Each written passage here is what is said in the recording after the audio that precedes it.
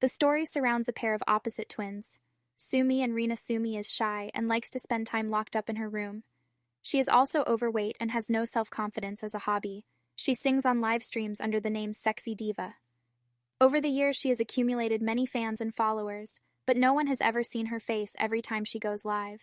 The comments assume how pretty she must be, but Sumi knows that if she shows her face, her popularity will rapidly decline. In contrast, her sister Rina lives the dream of every young Korean girl. She is the visual of a popular girl group, Miracle Girls. She is signed to a label and has millions of fans worldwide known for her beauty and dance. Rina hardly knows how to sing. Still, she is the most popular member of the group. Her bandmates do not like her because she is arrogant and rude. One day their manager informs them that Rina has been called to film a commercial video with a popular male singer Haejung. The other girls are disappointed since Rina gets more opportunities than them, even though they are much better singers. Later that day, a couple of reporters come to the girls' home to interview Rina's family. However, Rina asks Sumi to stay in her room during the interview. Ashamed of her looks when asked if she has any siblings, Rina claims that her elder sister studies abroad and is rarely home. Sumi hates her sister because of her unlikable personality. Despite being twins, they do not share anything about their lives with each other, and are always arguing. One thing that Sumi despises more than her sister is her school. Her classmates bully her so much that she always keeps account of the days left to graduate. Unfortunately for her, the group of bullies also has a popular guy named Gyosiak, who she is madly in love with. Last year, around the same time, Sumi had decided to confess her feelings to Gyosiak and bought him a gift. But the bullies caught her with it and read the love letter out loud. Sumi still hasn't gotten over the embarrassment of being rejected in front of everyone. But her feelings for Gyos haven't changed somewhere else. Rina goes to the set of the commercial and meets a fellow idol, Haeseong. He is even more arrogant than Rina, and likes to think of himself as a musician more than an entertainer.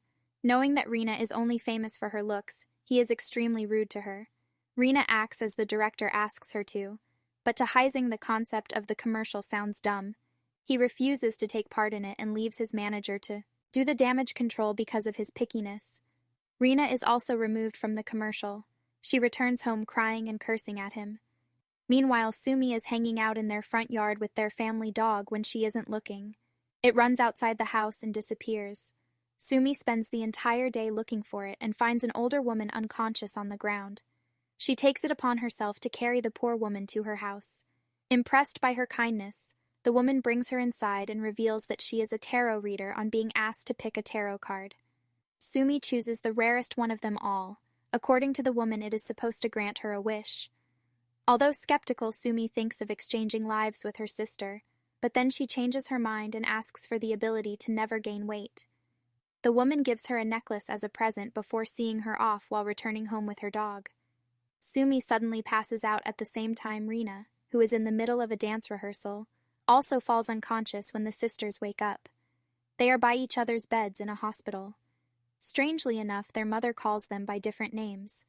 Confused, they look at each other and are shocked to see that they have somehow exchanged their bodies.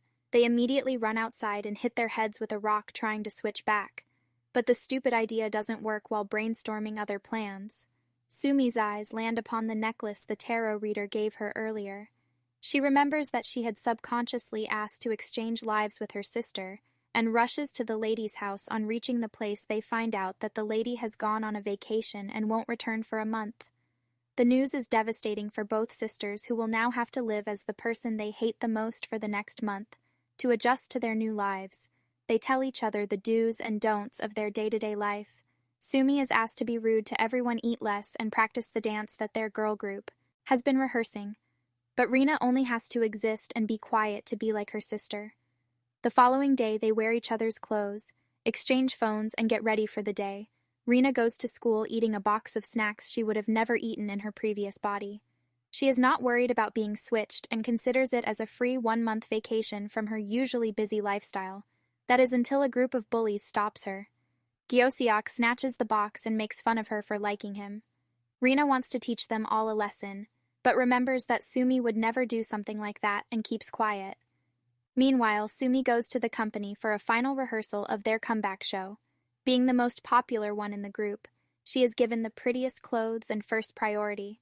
However, when it is time to perform, She gets nervous and messes up the dance Hye-seong, who is watching the performance. Laughs at her lack of talent. After the rehearsals, they will have to perform live nervousness. Gets the best of Sumi, and she breaks down crying in the bathroom. She holds the necklace and wishes to do her best in the final performance. Lo and behold, when she finally has to perform, she doesn't forget a single step.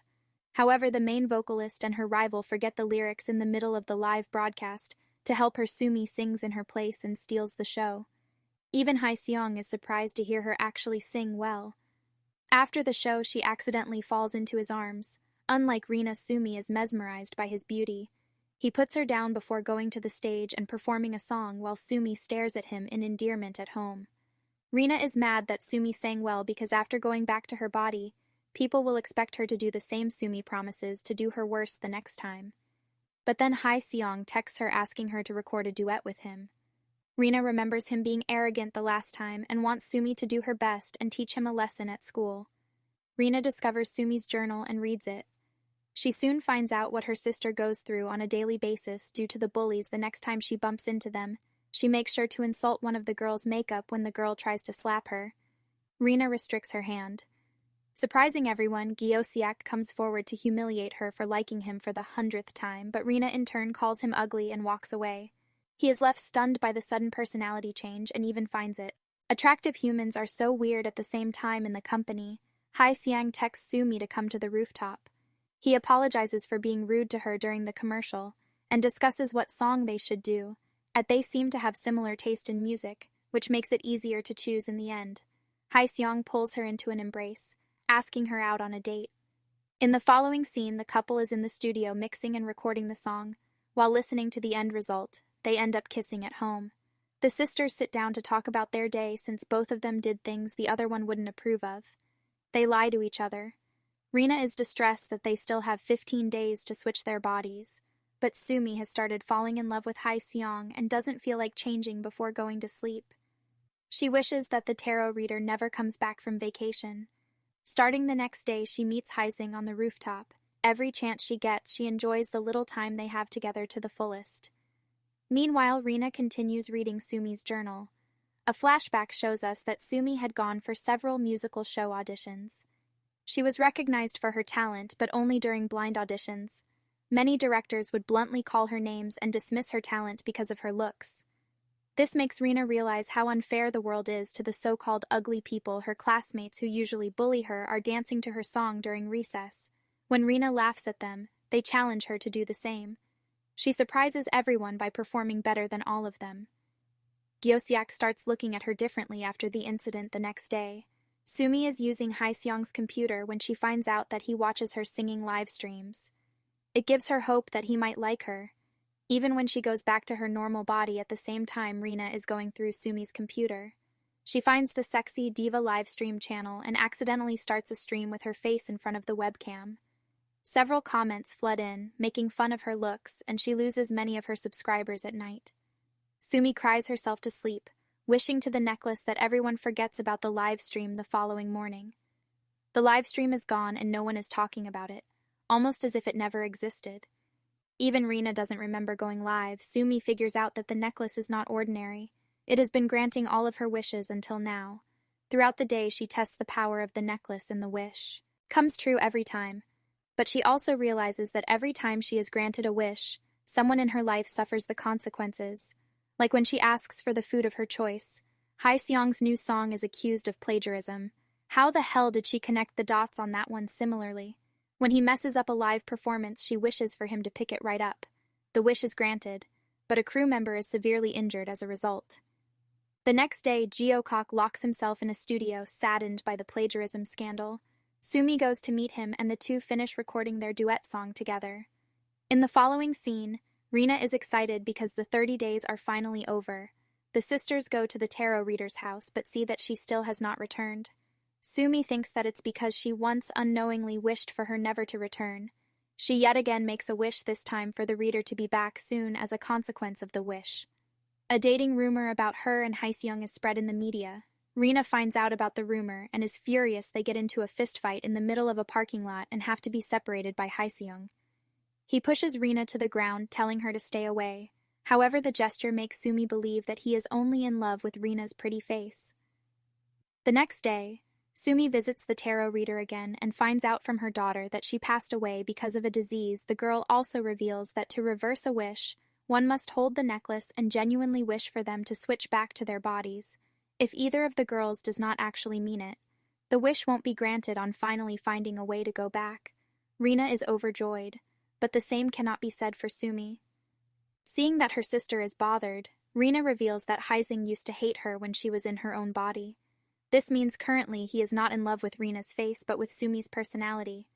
Following the conversation, the girls make a wish as the tarot reader has told, but nothing changes. Then the following day, Sumi and Rina meet in front of the company for work. Rina is about to be hit by a car, but Sumi puts her life in danger and saves her when they wake up in the hospital. They have switched back to their original bodies. The doctor who is in charge of them looks exactly like the tarot reader. She explains that Sumi is the elder sister and the protector of the younger one, since she fulfilled her purpose by saving Rina from the accident. They were able to switch back. In the following scene, Rina breaks up with Hae-song, claiming that she doesn't want to lose brand deals by being seen with him. In reality, dating her sister's love is unacceptable to her. The bully Gyosiak also apologizes for suing me, and expresses that he has started to like her, but she rejects him since she is in love with an Hae-song, and because Yoshiak is a simp. A few weeks later, Hae-song organizes a musical audition. Rina brings the forms to Sumi, encouraging her to participate. Sumi gathers enough courage to go to the audition, mostly because she wants to look at Hae-song one more time. She sings the song, they do edit together, and impress everyone. In the last scene, we see Sumi and Hae-song recording a song together, indicating that she got selected in the audition. Note, we never heard about the sexy diva livestream again. So I'd say the moral of this story is to ignore toxic internet comments, subscribe for more videos like this, turn on the notifications, and leave a like to help the channel out. Thank you for watching.